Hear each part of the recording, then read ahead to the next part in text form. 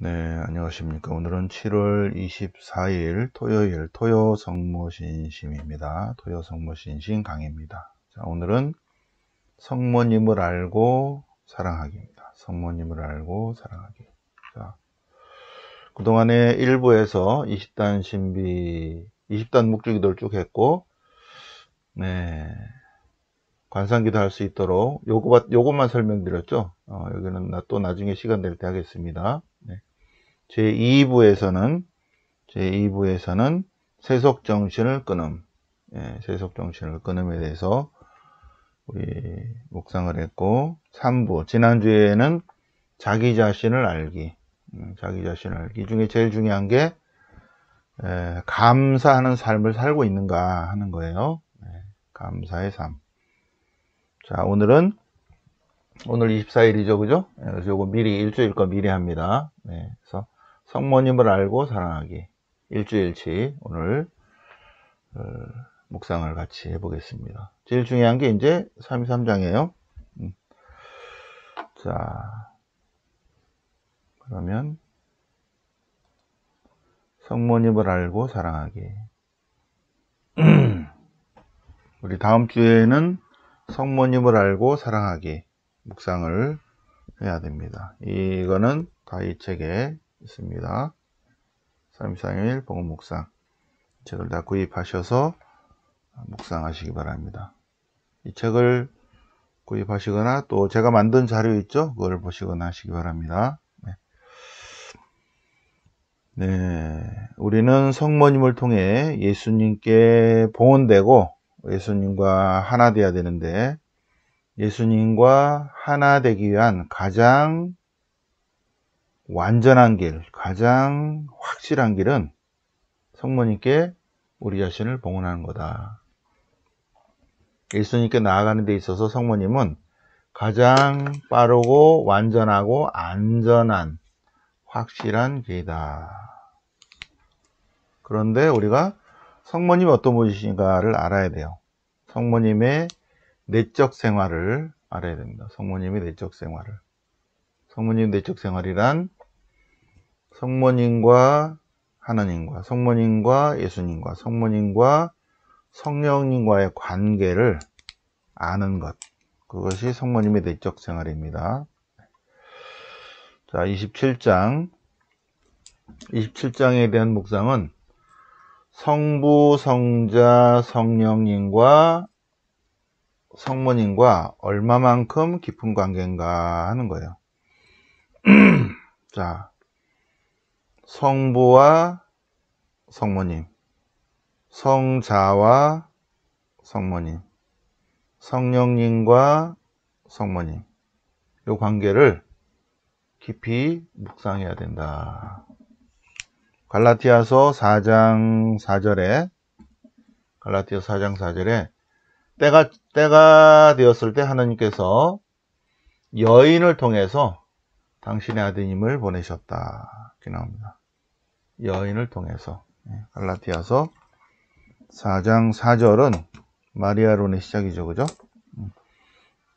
자, 참된 신심에서 성부와 성령님, 하나님 아버지와 성모님과의 관계. 하나님께서는 성부와 성모님과의 관계는 하느님이 인간을 구원하기 위해서 인간 세상으로 가실 때 하느님이 주권을 가지고 마리아를 지명했다는 거예요. 노미나시오. 지명해서 당신을 통해서 하느님이 시간과 공간의 제약을 받는 세계로 들어가도 되겠습니까? 하고 천사를 통해서 물어봤죠. 그죠? 네. 성부와 성모님과의 관계는 성부께서 주권을 가지고 지명하셨다는 것입니다. 성자는 이제 하느님께서 인간이 되오실 때 마리아를 통해서 오셨다는 거야. 그냥 하늘에서 뚝 떨어질 수도 있을 것 같아요. 뭐 하느님 마음이니까. 그런데 우리의 하느님은 마리아를 통해서 9개월간 계시면서 인간이 되셨다는 것입니다. 네. 그러면 성령님과의 관계는 어떤가? 네.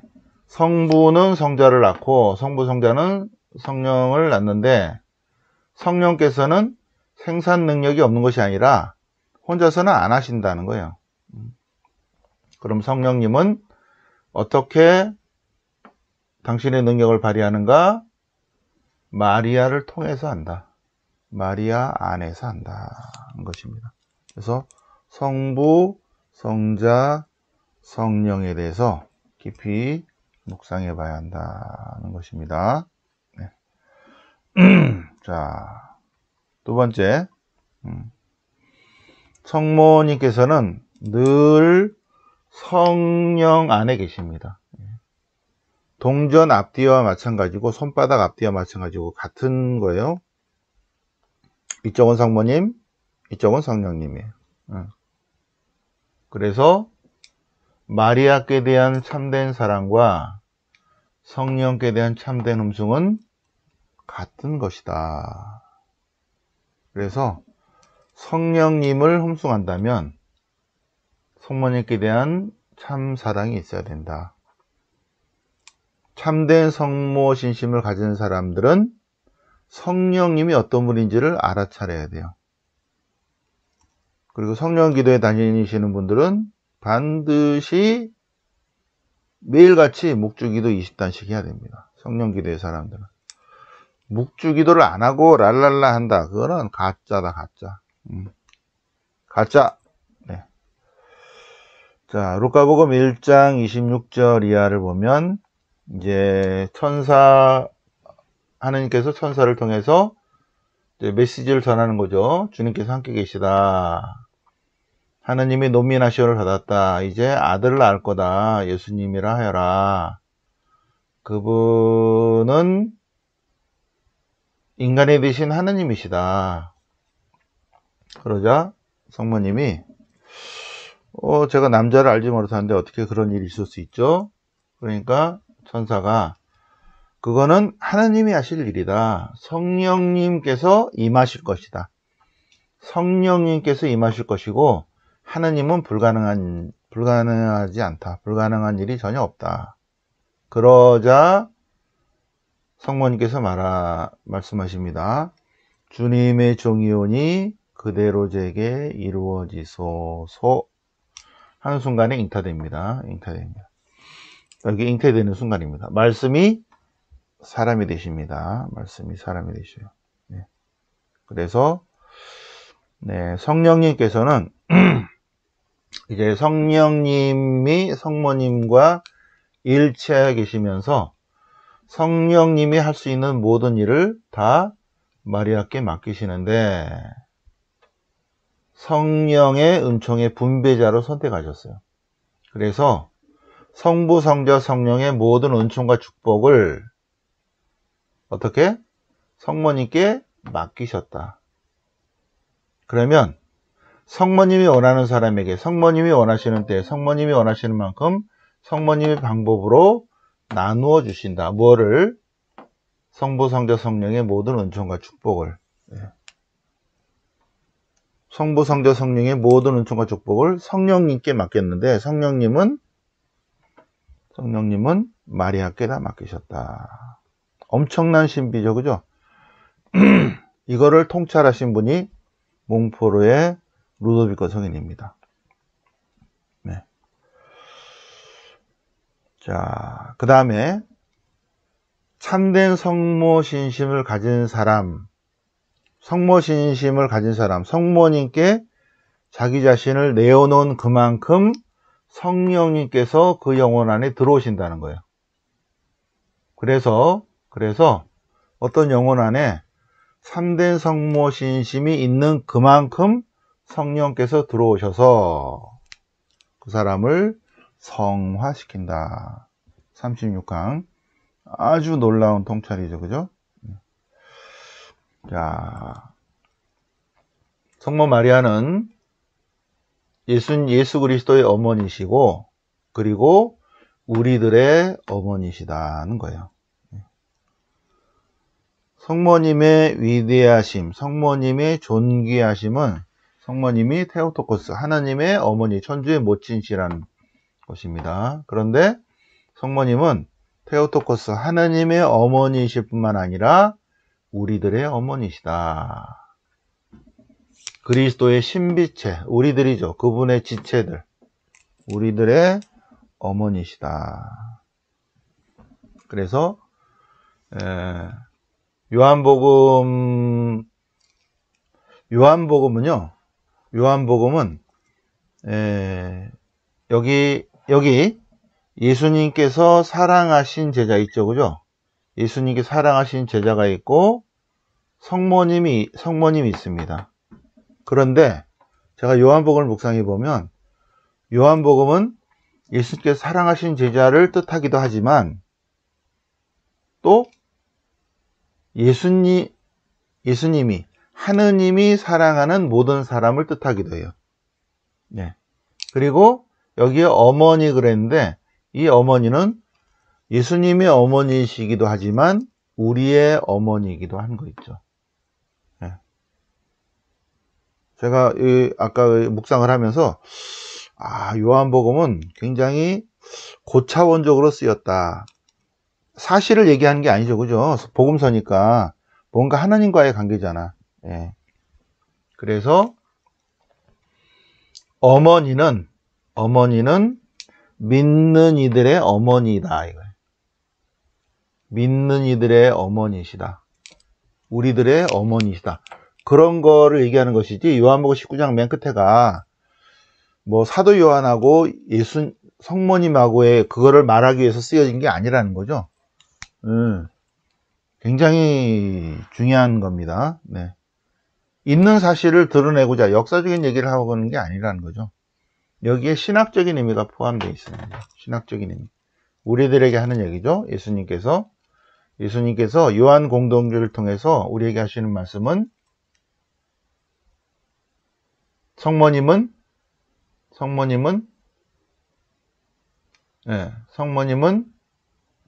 교회의 어머니시고 또 우리는 성모님을 어머니로 모셔야 된다. 그런 얘기입니다. 이 안에 그런 아주 깊은 의미가 들어 있습니다. 단순히 뭐 십자가 옆에 있는 제자와 성모님 그 얘기를 얘기하고자 하는 게 아니라는 거죠. 네, 아까 제가 이렇게 묵상하는 게 어저께 마리아 막달레나 축기를 했잖아요. 그것도 그렇고 아까 이렇게 묵상하다가 예수님께서 마리아 막달레나에게 부활하신 후에 처음으로 발현한 의미는 단순하게 마리아 막달레나에게 예수님이 발현한 게 아니라는 거죠. 예, 그런 생각이 들어요. 그렇구나. 마리아 막달레나에게 발현한 것이 아니라 주님을 찾는, 주님을 사랑하는 모든 사람이 마리아 막달레나 안에 들어가 있는 거 있죠. 예. 마리아 막달레나에게 나타나게 돼 있지만 마리아 막달레나는 하나의 그 상징입니다. 그래서 주님을 애타게 찾는 모든 사람이 마리아 막달레나인 거 있죠. 그게 나타난 거예요. 우리들이 마리아 막달레나는 우리들입니다. 예. 요한복음 19장은 20장은 우리들 얘기, 우리들. 자, 요한복음 20장 마리아 막달레나에게 나타나셨다. 마리아 막달레나에게 나타난 게 아니죠. 예. 초등학생들은 생각이 단순하니까 예수님이 마리아 막달레나에게 나타났다는 거죠. 근데 본래 의미는 뭐다? 예수님을 찾는 모든 예수님을 사랑하는 사람에게 나타났다. 그래서 제가 아까 그렇구나. 굉장히 큰 의미가 있구나. 예. 초딩들은 어떻게 생각한다? 예수님이 한 여인에게 나타났다. 이렇게 하는 거는 초딩이야. 초딩의 사고방식. 예. 초딩적 사고가 있어요. 그거에 못 벗어나는, 지성도 있습니다. 근데, 요한복음은 그게 아니구나. 여기도 마찬가지죠. 예. 그런 의미가 아니구나. 네. 신학입니다. 신학. 그죠? 복음서예요, 복음서. 단순하게 무슨 뭐 역사적 사실을 드러내는 그런 의미가 아니라는 거죠. 오케이. 자, 이 천사들 얘기가 나오는데요. 하느님께서 천사들에게 이제 하느님이 인간이 되어 인간의 구원을 위해서 하느님이 인간 세상으로 가실 것이고, 근데 마리아를 통해서 갈 것이다. 그래서 그분은 나중에 하느님의 어머니가 될 것이다. 그러니 성부, 성자, 성령 다음에 성모님이다. 그래서 천사들을 다 뭐라고 알겠냐? 그랬더니 우리가 더 영체고 더 높은데 하느님 바로 밑에 우리가 있는데 어떻게 그럴 수 있습니까? 하느님과 인간과 중간에 바로 우리 천사들인데 안 되지. 그래서 이 천사들이 빨간띠 두르고 천사 노조들이 이렇게 한 거야. 그러니까 하느님이 어쭈 이것들 봐라. 야, 니네들 다 떨어져. 그래서 자리가 비었어요. 그 빈자리를 채울 수 있는 권한을 성모님이 부여하셨고, 성모님께서는 그리스도의 지체들을 성화시켜서 천사들이 비어낸 자리, 그 자리에 채우도록 마리아에게 권한을 부여하셨다. 아주 놀랍죠. 28항. 이것도 깊이 묵상을 해보시기 바랍니다. 자연적 육체적인 나음에도 아버지와 어머니가 필요하듯이 영적인 것도 필요하듯이 영적인 것도 필요한데 하나님을 아버지로, 성모님을 어머니로 모셔야 된다. 30항 쭉 묵상 하시기 바랍니다. 은총의 질서에 있어서의 첫 번째 기적은 세례자 요한을 성화시킨 것이다. 여기서 보면 루카복음 1장 39절 이하를 보면 마리아가 엘리사벳에게 인사하니까 엘리사벳의 태안에 아기가 우와 했다는 거죠. 뛰놀았다, 신명났다, 그런 얘기거든요. 마리아와 엘리사벳과의 만남은 마리아의 태중에도 예수님이 있고 엘리사벳 태중에 세례자 요한이 있는데, 마리아가 엘리사벳에게 갔을 때 엘리사벳의 태안에 세례자 요한이 우와 주님이 오셨다 하는 거죠. 그럴 때 마리아 안에 있는 태안에 있는 태중에 예수님께서 어떻게 했다고? 성부와 성자와 성령의 이름으로 쫙 축복을 내리니까 어떻게 했어요? 성화되었다. 이것이 첫 번째 축복이다 이거야. 첫 번째 축복. 그 다음에 자연에서의 첫 번째 기적은 이것이다. 이거는 은총에서의 첫 번째 기적이고, 이것은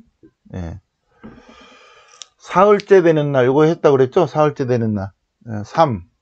요한복음 2장 1절에 셋째 날. 하느님의 현현, 하느님이 드러나시는 거예요. 술 떨어졌네? 하고 이제 성모님이 술이 떨어졌다 하니까 아직 제가 이걸 할 때가 아닌데요. 근데 성모님이 이제 일꾼들에게 무엇인지 이분이 시킨 대로 하라 하고 하니까 물이 술로 변한 기적을 성모님의 권고로 기적을 일으키셨다는 거예요. 그래서 가나에서의 첫 번째 표징, 가나의 첫 번째 표징, 하느님이 당신의 영광을 드러내셨고, 그래서 제자들은 예수님을 믿게 되었다. 그래서 표징이라는 거는 첫 번째 표징인데, 표징은 단순히 기적이 아니라 그 기적을 통해서 믿음이 생겨야 돼요. 믿음을 일으키는 기적을 요한복음에서는 표징이라고 한다. 표징. 요건 이제 통과. 이건 사도들의 모후이신 어머니. 사도직의 본질이 뭐냐면 사람들의 영혼 안에 계신 그리스도를 드러내는 것. 그것이 마리아의 사명입니다. 이게 무슨 말이냐면 우리 영혼 안에 하느님께로 나아가고자 하는 근본적인 속성이 있다는 거죠. 그래서 사도직의 본질은 우리가 하느님으로부터 와서 하느님께로 나아가려고 할 때 이 우리의 영혼이 페인트 껍질 같이 이렇게 딱 붙어 갖고 죄 덩어리로, 그래서 페인트 껍질 있죠, 그죠? 네, 두꺼운 거 그래갖고 못 나가. 하느님 어디신지 찾지를 못해. 예. 사도직의 본질 마리아의 사명은 뭐냐면 이거를 털어주는 거죠, 이렇게. 그래서 모든 인간은 하느님께로 나아가야 됩니다 라고 알려주는 거예요. 사도직의 본질은 사람들의 영혼 안에 있는 하느님 성을 드러내는 데 있다. 모든 사람은 예수 그리스도를 찾게 돼 있습니다. 하느님을 찾게 돼 있어요. 그죠? 네. 자, 그래서 우리가 참된 성모 신심을 가졌다면 하느님 나라를 전할 책임을 행해야 된다. 네, 사도행전 1장 12절 이하, 여기 이제 예수님의 어머니가 계시죠, 그죠? 네, 오순절에 성령 강림하는 그런 내용입니다. 네, 이것도 통과. 순수한 신앙. 더 높은 완독으로 나아가고자 하는 사람은, 네, 더 높은 완독으로 나아가고자 하는 사람은, 성화되고자 하는 사람은 성모님께 도움을 청해야 된다. 네. 그러면 우리가 노력해서 할 수 있는 부분이 여기까지 있다면 그 다음은 하나님이 도와주셔야 돼요. 성령님께서 해주셔야 돼요. 그래서 성령님께서 하시도록 어떻게 한다? 성모님께 도움을 청한다. 그러면 성모님께서 성령님께 청해서 성화시킨다. 성화되는 거는 우리 마음대로 되는 게 아닌 것 같아요. 그래서 성인 성녀는 우리의 대가리로 되는 게 아니야. 자, 이제 9월부터는 8월이 지나고 9월부터는 국내 성지를 좀 다니려고 합니다. 국내 성지. 그래서 여러분들은 그냥 방 안에 앉아서 유튜브로 이렇게 보시도록 하고요. 제가 가서 촬영을 쫙 다 해가지고 다시 한번 설명하고 이렇게 하겠습니다. 예.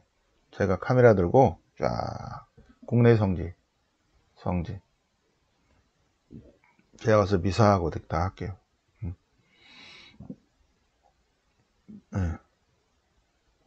우리나라의 성지가 굉장히 많죠, 그죠? 우리나라의 성지가 많습니다. 순교자가 많으니까. 그래서 근데 우리 한국 땅에 그렇게 순교지라 하면 순교한 장소가 성지예요. 예. 남양 성지는 성지가 아니에요. 뭐 천지남 성지는 성지가 아닙니다, 사실은. 거기서 순교자가 순교한 적이 아니잖아요. 햄이 순교 성지, 순교 성지가 성지예요. 순교한 고장소예요. 순교한 고장소. 되게 중요하죠, 그죠? 순교한 장소. 새남터 아주 중요하죠. 새남터 성당에 있는 거기가 거기 순교 장소니까. 예, 새남터. 예, 거기 주은모 신부님, 앵베르 주교님, 모방 신부님, 사스탕 신부님, 김대거 신부님 다 거기서 순교했죠. 아주 보통 장소가 아니죠, 그죠? 네, 우리나라에 많아요. 우리나라에 많은데 정말 축복인 것 같아요. 성인이 많다는 거는 보통 우리의 힘으로 되는 일이 아니잖아. 성모님이 도와주셔야 되는 거지. 그러니까는 한국이 하나님의 축복이 있는 나라가 아닌가, 저는 그렇게 믿습니다. 세계 2위가 될 거라 저는 믿습니다. 예, 이번만 잘 이렇게 극복을 하면 미국 다음에 코리아, 우리나라. 예, 그럴 것 같아. 3등이나 4등이 일본, 중국 뭐 이렇게 될 것 같아. 저는 믿습니다. 예. 성모님이 도와줄 거예요. 묵시록 여인, 예수님이 성모님을 통해서 왔는데, 그런데 성모님은 예수님이 오신다면 항상 앞에 올 것이다. 앞서 올 것이다. 예수님이 재림 다시 오신다면 성모님 먼저 오실 것이다 하는 거예요. 그래서 우리는 참된 성모 신심을 가진 사람들은 성모님의 군대잖아. 예. 성모님 오시기 전에 우리가 미리 딱 준비를 해야 되는 거예요. 예, 요한묵시록에 여기서 여인은 이스라엘입니다. 이스라엘을 상징하고 이스라엘의 남은 자를 상징하고 특별히 선택된 사람을 상징하고 다섯 번째로 성모님을 상징하기도 합니다. 전부 다 성모님이 아니에요. 이스라엘의 남은 자가 훨씬 더 큰 의미죠. 예, 아니면 올바른 가치관을 가진 이스라엘 사람들, 그런 의미죠. 네. 근데 여기서 이제 중요한 게 하나의 상징인데, 마귀랑 싸워서 이제 천사가 이겼는데, 그 마귀가 떨어졌어요. 어디로 떨어졌냐면 땅으로 떨어졌어. 부하들도 땅으로 떨어졌어. 큰일 났어. 근데 그 떨어진 세계가 우리 세계야. 아이고, 우리 세계야. 예. 그래서 얘기하잖아요. 너희 땅과 바다는 불행하다. 악마가 너희들에게 내려갔기 때문이다. 마귀들의 그 세계가 우리랑 같은 세계라니까. 근데 마귀들은 우리가 보이고 우리는 마귀가 안 보이죠. 조심해야 돼. 예. 그래서 항상 묵주기도를 하고 있어야지. 옛날에는 묵주기도 하고 있으면 이 마귀들이 도망갔는데, 요새는 마귀들로 내공을 쌓아갖고 5단을 한다고. 마귀들이 5단을 하는데 20단을 안 해. 못해. 예, 20단을 하려면 그냥 들고만 있는 거 있죠. 마귀들도. 자, 그다음에 제일 중요한 거, 마리아 공경의 필요성. 이게 제일 중요합니다. 네. 자, 성모님에 대한 4대교래요. 성모님은 천주의 모친이시다. 이건 당연하죠. 예. 이거는 초대교회 공동체에서 부활을 체험한 제자들이, 초대교회 공동체 사람들이, 예수님이 어떤 분이시다? 하나님이시네? 와. 가만히 있어봐. 그렇다면 성모님은 뭐지? 하나님의 어머니네. 이렇게 된 거예요. 천주의 모친. 초대교회 때부터 이렇게 얘기가 나왔어요. 천주의 모친. 그래서 그 다음에 이제 박해가 있고 뭐 그러다가 나중에 333년에 이제 자유화가 됐죠. 그죠? 그 다음에 처음으로 열린 게 이제 세 번째 걸린 게 이제 에페소 공의회인데, 에페소 공의회. 네. 333년에 종교 자유가 있었고, 380년에 로마가 국교가 됐죠. 그죠? 예. 그래서 381년에 이제 니케아 공의회가 처음으로 열린 거죠. 이제 국교를 한 다음에. 예. 325년은 325년 니케아 공의회, 381년 콘스탄티노플 공의회, 세 번째 431년 에페소 공의회인데,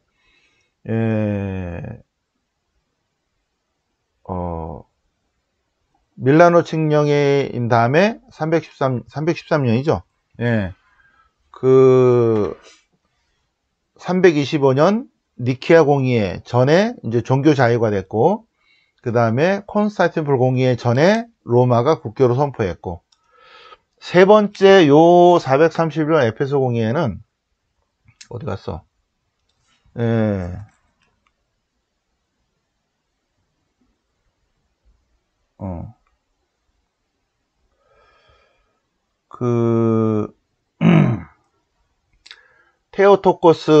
테오토코스라고, 여기 있구나, 치릴로.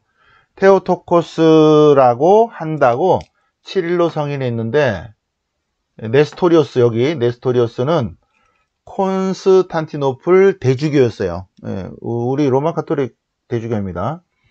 이 사람은 콘스탄티노플 대주교, 이스탄불이죠. 그 다음에 이집트 알렉산드리아 대주교는 치릴로예요. 근데 보니까 이놈이 성모님은 하나님의 어머니라고 할 수 없다 이러고 자꾸 강론하는 거예요. 그러니까는 치릴로 성인이 화가 나서 로마 황제한테 청해서 공의회를 열게 해주십시오. 세 번째 공의회. 그러니까 오케이 해가지고 430년에 이제 막 연락을 한 거예요. 연락을 했어요. 근데 1년 말 타고 연락해야 되니까 1년 걸리잖아. 예, 그래서 1년 후에 431년 6월 22일에 처음으로 열렸어요. 예, 그래서 여기서는 에페소 공의회는 예수님의 신성과 인성을 확정지었습니다. 예, 확정지은 다음에 그 다음에 칠일로 성령이 그러면 예수님이 참 하느님이시며 참 인간이라면 성모님을 뭐라고 해야 됩니까? 그러니까 전 세계 주교가 뭐라고 그래요? 하느님의 어머니다. 칠일로 하느님의 어머니 맞죠? 오케이. 그럼 너는 2단 이렇게 된 거예요. 그래서 그 다음에 431년 때 막 이렇게 왔다 갔다 했습니다. 예, 왔다 갔다. 그리고 막 서로 서로 파문하고 그랬는데 결국은 일단은 431년부터 공적으로 하느님의 어머니라는 것이 나왔고 그 다음에 계속해서 성모 마리아는 하느님의 어머니시다. 두 번째, 평생 동정이시다도 마찬가지로 초대교회 때부터 나온 거죠. 예. 그러면 그분이 하느님이시라면 어떻게 되셨다? 예. 하느님의 능력으로 되셨다. 그래서 평생 동정이라는 말은 무슨 의미냐? 성모님이 예수님을 낳을 때 전혀 인간적 개입이 없다. 그런 얘기입니다. 예. 성모님이 예수님을 낳을 때 전혀 인간적인 개입이 없이 오직 하느님의 은총과 축복으로 낳았다. 그거를 줄여서 뭐라고 그런다? 평생 동정 이렇게 한다. 평생 동정. 오케이? 예. 신학적인 얘기를 하고 있습니다. 자, 원죄 없는 잉태. 자, 원죄 없는 잉태는 요거를 봐야 돼. 원죄 없는 잉태는 1830인데 자, 원죄 없는 잉태도 아니 그렇다면 이게 전부 다 하느님의 어머니 테오토코스, 두 번째 평생 동정녀, 세 번째 원죄 없는 잉태, 요 세 가지가 다 예수님의 부활을 체험한 초대교회 공동체 사람들이 아니 그분이 하느님이시란 말이야? 라고 체험한 거예요. 아니 그분이 하느님이시라면 이렇게 된 거 있죠. 그분의 하느님이시라면 1번 성모님은 하느님의 어머니다. 2번 성모님이 하느님을 낳을 때 인간의 개입이 없다. 2번 평생 동정. 3번 아니 성모님이 하느님을 낳는다면 그러면 하느님이 죄가 있으면 안 되잖아. 그러면 분명히 성모님을 죄에 물들지 않게 하셨을 것이다. 언제? 아가야로 태어날 때? 아니 성모님이 잉태하는 순간부터 이렇게 된 거예요. 원죄 없는 잉태입니다. 원죄 없는 잉태. 성모님이 안나 성녀로부터 잉태되는 순간부터 하느님이 은총과 축복으로 보호했을 것이다. 원죄 없는 잉태입니다. 잉태부터 죄에 물들지 않았다고 어떻게 사람들이 대가리로 생각한 거라. 근데 증명이 돼야 안 돼요. 안 되지. 증명하려면 어떻게 돼? 하느님이 직접 하는 수밖에 없죠. 하느님이 직접. 그래서 하느님이 직접 1830년에 한 거예요. 1800년 후에 1830 7월 18일 밤 11시 반에 성모님께서 나타나셔서 카타리나 라브레 예비수녀님에게 천사를 통해서 일로 와봐라 한 거예요. 그래서 천사의 말을 듣고 성당에 가보니까 성모님이 앉아 계신 거 있죠. 그래서 성모님과 대화를 하고 4개월 후에 11월 27일에 기적의 메달을 만들 거를 지시하십니다. 그러면서 그때 처음으로 원죄 없는 잉태라고 말씀하신 거 있죠. 11월 27일에. 네. 11월 27일은 기적의 메달 축일입니다. 기적의 메달 축일. 11월 28일은 카타리나 라브레 축일이고. 자. 그래서 우리가 이제 제가 계속 기적의 메달을 다 드렸죠. 그죠? 성모님은 어떤 분이시다? 잉태되는 순간부터 죄에 물들지 않았다. 원죄 없는 잉태. 그거를 어떻게? 성모님이 나타나셔서 말씀해 주셨다. 1830에. 1830에 성모님이 비밀을 가르쳐 주니까 카타리나 라브레 수녀가 지도신부에게 지도신부가 주교님에게 주교님이 교황님에게 그러니까 비오구세 교황님이 오케이 그래서 바로 24년 후에 1854년에 비오구세 교황님이 원죄 없는 잉태 교리를 도구마 믿을 교리로 발표해 버렸어요. 와 대단하죠? 믿을 교리.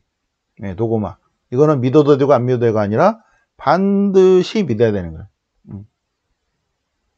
그러니까 성모님이 기쁘니까 한 번 더 나타나신 거죠. 1858년에 루르드에서 다시 한번 나는 원죄 없는 잉태다 이렇게 말씀하신 것입니다. 1531년, 1830년, 1858년, 1917년, 네, 여기 1917년 파티마 성모님 때 나의 티 없는 성심이 원죄 없는 잉태입니다. 네, 티 없는 성심. 이렇게 성모님께서 과달루페에서부터 1531년, 그 다음에 1830년, 1858년 루르드, 1917년 파티마 이렇게 4번이나 공식으로 발현하니까 교황님께서 1950년 교황님께서 성모 승천에 관한 것을 미들교리로 발표했습니다. 8월 15일이 성모님이 잠든 날인데 8월 15일 성모 영면 축일인데 성모 승천 대축일로 1950년에 이제는 말할 수 있다. 그래서 성모님의 4가지 교리를 1950년에 이제 완성하신 거죠. 예. 그래서 1번 성모님은 하느님의 어머니시다. 두 번째 평생 동정녀이시다. 원죄 없이 잉태되셨다. 영혼과 육신이 하늘로 들어 올리셨다.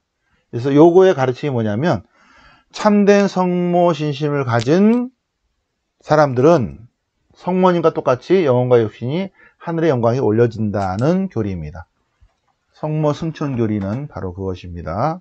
네. 요거는 이제 생략하고 그 다음에 8월 13일에 봉헌식을 하려고 했는데 그 봉헌식에서 지금 4단계이기 때문에 8월 달은 안 되고 8월 말쯤에 하려고 합니다. 8월 말쯤에. 예, 그래서 조금 수그러들면 8월 말에 봉헌식을 하고 준비는 계속 하세요. 준비하고 우리가 8월 9일까지 끝내고 그 다음 주에는 아까 한 거 있죠? 예, 요거 묵주기도의 비밀 요 책을 공부하겠습니다. 미리 사시기 바랍니다. 이 책은 6,000원입니다. 6,000원. 예, 미리 책 구입하시기 바랍니다. 네. 45분에 미사하겠습니다. 영광이 성부와 성자와 성령께 전거와 지정 성령오니 아멘. 성부와 성자와 성령의 이름으로 아멘.